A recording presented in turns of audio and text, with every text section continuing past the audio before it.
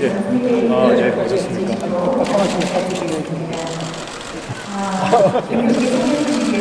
예, 아이고, 진짜 이거 반갑습니다. And the award as well. Thank you very much. I would like to ask you to give your big smile for the peace and prosperity of the world. And cross your arms. 네, 손을 겹쳐주시고. And thank you very much. This is the kind of promise to keep the peace in the world in cooperation with each other.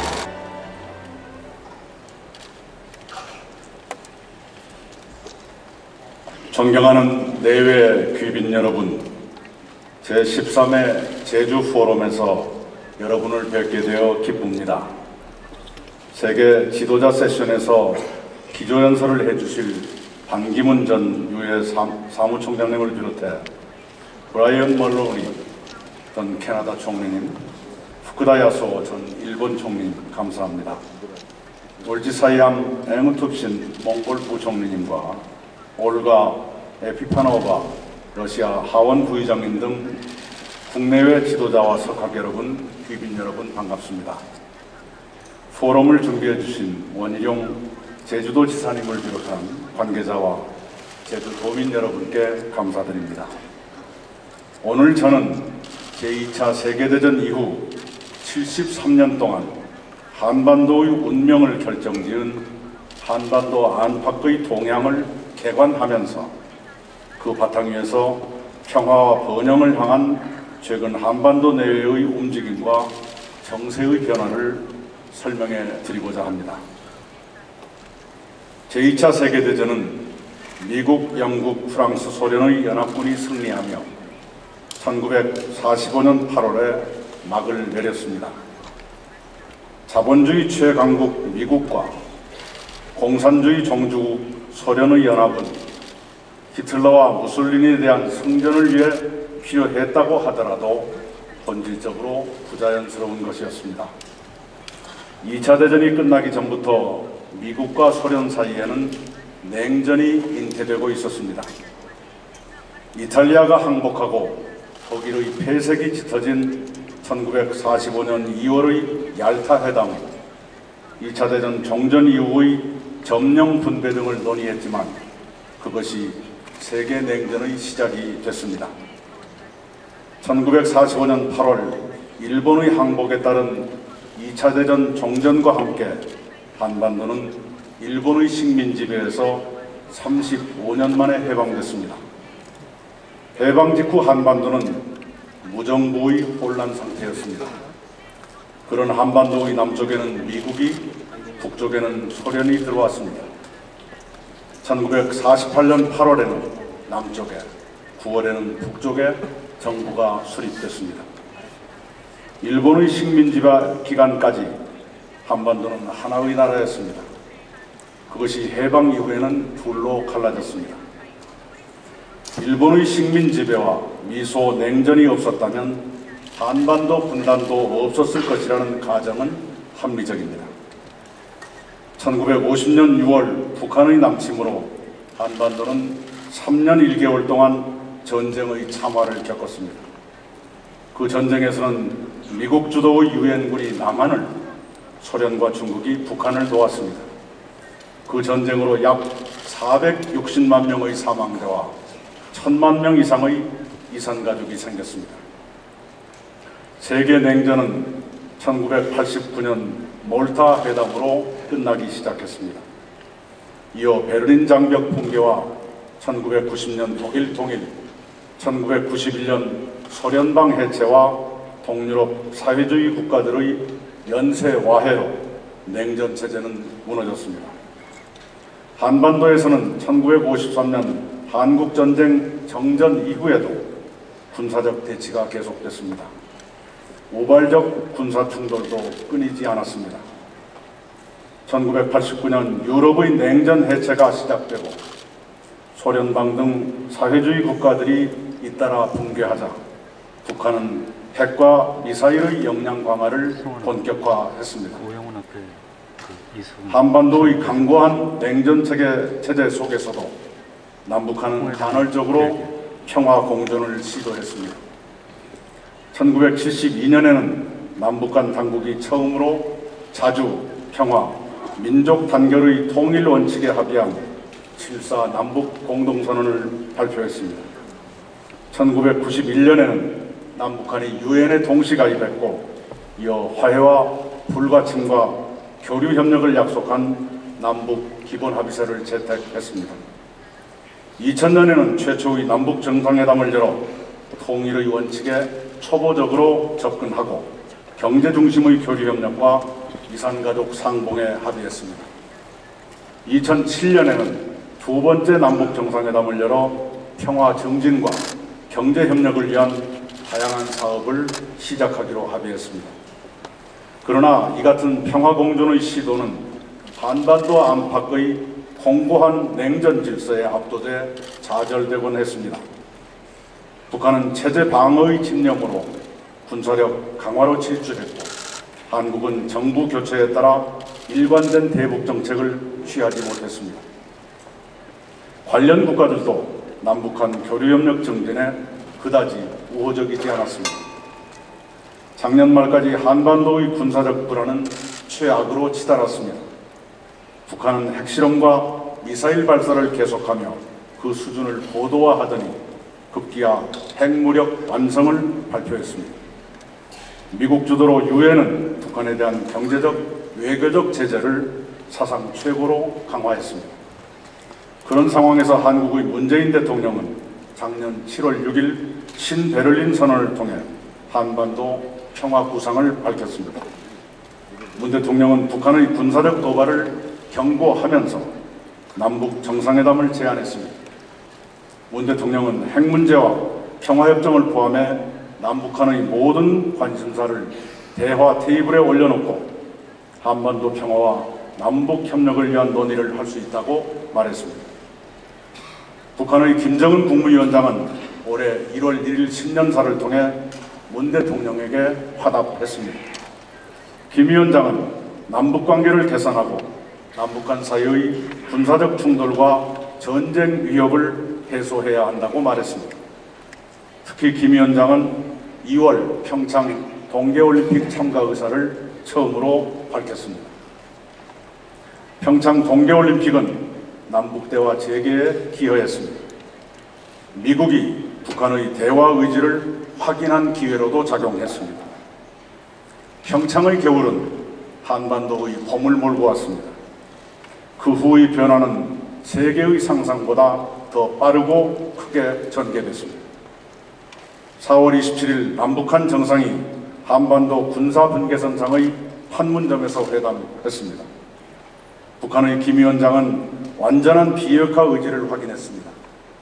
두 정상은 연내 한반도 종전선언을 추진하고 평화체제 수립에 노력하자는 데 합의했습니다.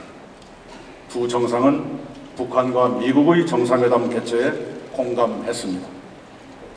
북미 정상회담 개최가 도중에 갑자기 동요하던 5월 26일 남북한 정상은 판문점에서 다시 만나 북미 정상회담의 성사를 위한 지혜를 나누었습니다.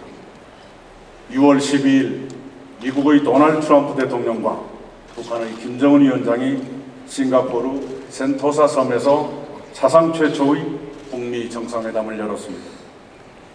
북한과 미국의 정상은 한반도의 완전한 비핵화와 미국의 북한에 대한 안전 보장을 확인했습니다. 세계 역사상 최강의 적대 관계를 계속해온 북한과 미국이 새로운 관계를 수립하자는 데도 합의했습니다. 이런 연쇄회담을 전후해서 많은 변화가 실제로 나타났습니다. 북한은 핵실험시설 한 곳을 공개리에 폭파했습니다. 미사일 엔진 시험장 폐쇄를 미국에 약속했습니다. 한국과 미국은 연합 군사훈련의 유예를 결정했습니다. 남북한 사이의 비무장지대에서 상호 비방방송이 중단됐고 확성기가 철거됐습니다. 남북한 이산가족이 8월 하순 금강산에서 재회하기로 합의했습니다. 트럼프 대통령과 김정은 위원장의 센토사 합의는 문재인 대통령과 김정은 위원장의 4월 27일 판문점 선언을 재확인한다고 밝혔습니다. 이것은 한반도 평화 프로세스가 남북 미 3자의 선순환 구조로 전개될 것임을 예고합니다. 남북한의 합의를 미국과 북한이, 그리고 미국과 북한의 합의를 남북한이 확인하고 보장하며 실행하는 구조입니다. 이런 선순환 구조의 중심에 한국이 있습니다. 한국의 대통령과 정부는 한반도 평화 프로세스를 때로 주도하고 때로는 중재하는 역할을 갈수록 더 많이 요구받게 될 것으로 보입니다. 한국은 그 역할을 충실히 수행할 용의가 있습니다. 한국은 북한과 미국은 물론 중국, 일본, 러시아 등 모든 관련 국가들의 이해와 협력을 얻어가며 그 역할을 수행할 것입니다. 남북 정상회담 이후의 후속 과제들을 협의하기 위한 분야별 남북회담이 순조롭게 진행되고 있습니다. 한국 통일부 장관과 북한 조국평화통일위원장을 수석대표로 하는 남북 고위급 회담은 전반적인 후속 조치들을 논의하고 있습니다. 군사회담은 비무장지대 안팎의 군사적 긴장 완화 조치를, 체육회담은 7월 초의 통일농구대회와 8월 아시안게임 공동입장 및 일부 단일팀 구성을, 산림협력분과위원회는 남북 산림협력 문제를, 적십자회담은 이산가족 상봉을 논의했거나 하고 있습니다. 철도협력분과회의와 도로협력분과회의도 열립니다. 남북한 사이의 교류협력은 크게 두 부류로 나누어 추진하려 합니다. 첫째는 남북한 사이의 협의와 준비를 거쳐 추진할 수 있는 문제입니다. 산림협력, 체육교류, 비무장지대 군사적 긴장 완화 조치, 이산가족 상봉 등이 그것입니다. 이들 사업은 남북 간의 협의와 준비가 되는 대로 진행하겠습니다. 둘째는 유엔의 대북 제재와 관련되는 사업입니다. 남북 간 사이의 도로와 철도 연결 같은 경제협력 사업이 그것입니다. 이들 사업은 대북 제재가 해제되기 이전에는 수행하기 어렵기 때문에 기초조사 등을 우선 시작하려 합니다. 존경하는 여러분, 저는 남북한이 이제까지도 몇 번이나 평화공존을 시도했으나 좌절되곤 했다고 말씀드렸습니다. 그렇다면 이번에는 다를 것인가를 여러분은 묻고 싶을 것입니다. 저는 앞으로 많은 난관이 생기겠지만 그래도 과거와는 다르게 진행될 것이라고 답변하겠습니다. 그 이유가 있습니다. 첫째, 북한이 김정은 위원장의 결단으로 경제 우선의 정책 노선을 채택한 그 절박성과 진정성을 인정할 수 있다고 저는 봅니다. 선대의 군사 우선 정책을 핵과 경제의 병진 정책으로 바꾸고 올해는 경제 우선 정책으로 전환한 김 위원장이 군사 대결 국면으로 되돌아가기는 매우 어려울 것으로 보입니다. 북한이 원하는 본격적인 경제 지원과 체제 보장은 완전한 비핵화와 연동되어 있다는 것을 북한 스스로 이해하고 있다고 저는 판단합니다. 둘째, 남북한 정상회담이 한 달 사이에 2차례, 올가을에 또 한 차례 열리고 북미 정상회담이 사상 최초로 열릴 만큼 한반도와 주변 상황이 변했습니다. 그 과정을 통해 남북한과 미국의 정상들 사이에 상당한 신뢰가 쌓였다고 봅니다. 셋째, 북한 핵 문제와 체제 보장을 교환하는 최초의 북미 정상 간 합의가 이루어졌습니다. 북한 핵 문제와 관련한 1994년 북한 미국 사이의 제네바 합의 또는 2005년 육자회담의 결과로 나온 9.19 공동성명은 정상이 아닌 실무선의 합의였습니다. 그러나 이번은 정상 간 합의이기 때문에 실행력이 그만큼 커졌다고 보는 것입니다. 지금 막 시작된 한반도 평화 프로세스는 예전에 생각은 있었더라도 가보지는 못한 길입니다. 한국 정부는 어떠한 난관에도 굴복하거나 좌절하지 않고 지혜와 용기와 인내를 가지고 한반도 평화 정착과 민족 공동 번영의 길로 꾸준히 직진할 것입니다. 세계 각국의 정부와 지도자들께서 한국 정부의 이러한 노력을 이해하시고 협력해 주시기를 바랍니다. 제가 말씀드린 것처럼 한반도의 분단은 한민족의 선택이 아니라 일본의 식민 지배와 미소 냉전 체제의 비극적 유산이었습니다. 이 비극을 끝내는데 국제사회가 도와주셔야 합니다.